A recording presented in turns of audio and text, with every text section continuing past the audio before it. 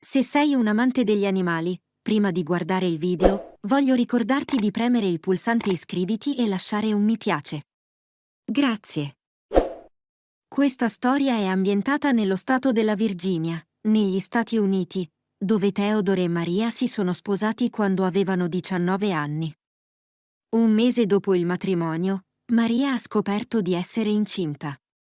Entrambi erano molto felici e si preparavano ad accogliere il loro primo figlio, arredando una piccola stanza per il bambino, acquistando un armadio, un lettino e giocattoli per dargli il benvenuto. Non vedevano l'ora di diventare una piccola famiglia.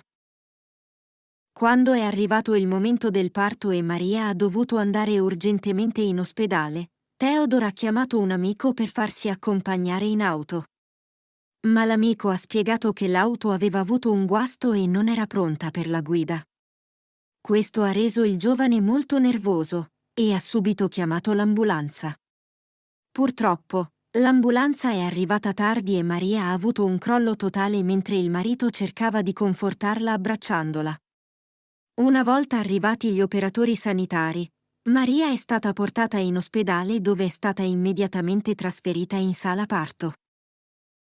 Il giovane marito aspettava ansiosamente, ma quando l'infermiera è uscita dopo alcuni momenti, gli ha comunicato che sua moglie non era in grado di partorire naturalmente e avrebbe dovuto sottoporsi a un intervento chirurgico. Questo lo ha preoccupato molto. Dopo lunga angoscia, il dottore è uscito dalla sala operatoria 5 ore dopo l'operazione con il volto pallido e ha comunicato al giovane che sua moglie era deceduta in sala operatoria, ma il bambino era stato salvato in extremis. Theodore è rimasto sconvolto da ciò che il dottore gli ha detto e ha cominciato a urlare disperato, incapace di credere che la sua amata moglie, con cui voleva trascorrere il resto della sua vita, se ne fosse andata per sempre, senza tornare mai più. Il mondo di quel giovane felice si è sgretolato come un castello di carte. Nonostante il suo dolore, ha accompagnato gli operatori in camera per vedere suo figlio, ma ha rifiutato di prenderlo con sé, troppo sopraffatto dalla tristezza. Le infermiere hanno cercato di calmarlo, comprensive del suo lutto, ma hanno deciso di non dargli il bambino perché temevano che potesse farsi del male. Il dottore ha consigliato a Theodore di tornare a casa e ripresentarsi dopo una settimana per prendere il bambino.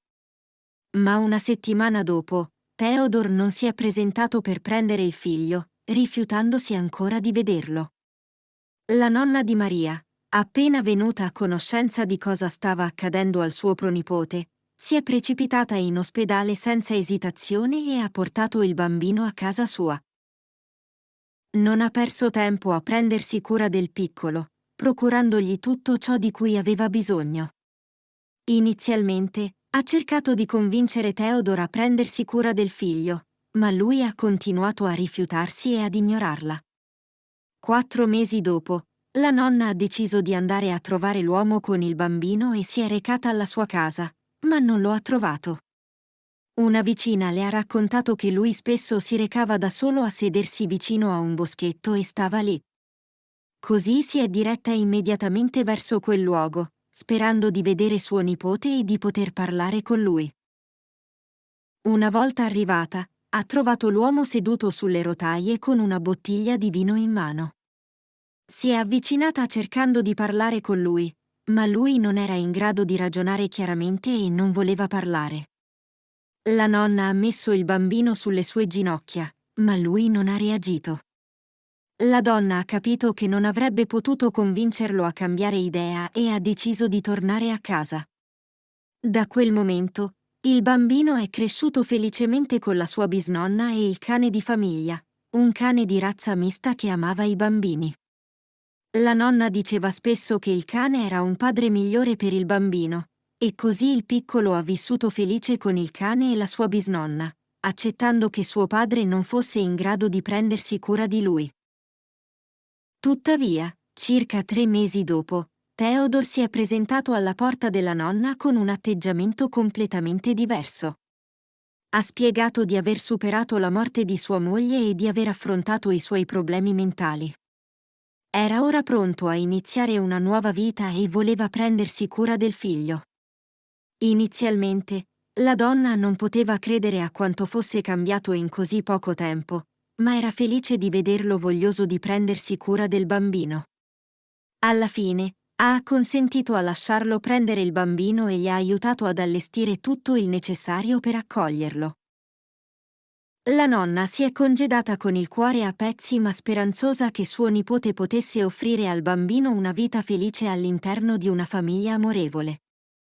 In seguito, ha continuato a visitare suo nipote ogni giorno e si è sorpresa di quanto il padre fosse impegnato e premuroso. Aveva persino incontrato una nuova donna di nome Olivia, che sembrava fare bene a Theodore. Era convinta che il bambino fosse finalmente in buone mani e potesse crescere felice all'interno di una famiglia. Ma purtroppo, successivamente si sarebbe scoperto che si sbagliava. Un giorno, mentre la nonna si trovava nel suo giardino, ha notato che il suo cane era scomparso. Presto si è resa conto che il cane era scappato attraverso un piccolo buco nella recinzione che avrebbe dovuto riparare da tempo. Sebbene fosse felice di vederlo tornare sano e salvo a casa, ha notato qualcosa di strano. Il cane portava qualcosa nella bocca. Quando si avvicinò, si rese conto che il cane aveva il bambino della sua defunta nipote tra i denti. La nonna fu sconvolta e prese subito in braccio il bambino, quindi si recò immediatamente a casa di Theodore. Lì scoprì che l'uomo stava per commettere un gesto terribile, ma lei riuscì a fermarlo in tempo e chiamò la polizia. Quando gli agenti arrivarono, Theodore confessò tutto senza esitazione. Era caduto in una profonda depressione dopo la separazione da Olivia e aveva iniziato a bere di nuovo. Si sentiva senza speranza e disperato, pensando che non avrebbe mai potuto offrire una vita migliore al suo bambino. Così decise di portarlo con sé sulla ferrovia, con l'intenzione di abbandonarlo. Fortunatamente, il cane di famiglia, che aveva sviluppato un legame speciale con il bambino, aveva sentito che qualcosa non andava e lo seguì fino alla ferrovia. Quando arrivò, afferrò delicatamente il bambino e lo portò via dalle rotaie, portandolo al sicuro dalla sua bisnonna. Il cane aveva svolto un ruolo di salvatore, proteggendo il bambino dall'atto disperato di suo padre.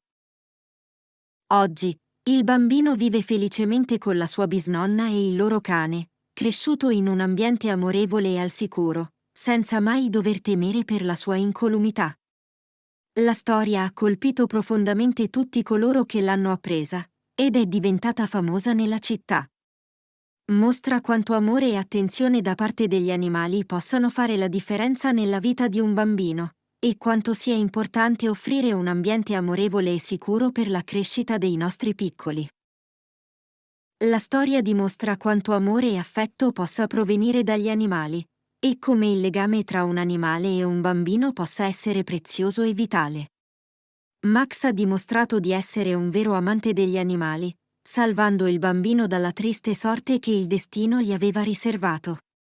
Grazie a lui, il bambino cresce felice e circondato dall'amore e dall'affetto della sua bisnonna e del suo amato cane. Se ti è piaciuta questa storia, metti un mi piace al video e iscriviti al nostro canale. Ti lasciamo con altri 2 video che potrebbero piacerti.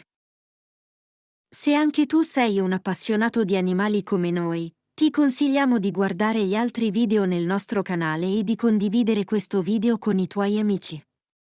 Scrivi anche nei commenti cosa pensi di questa storia.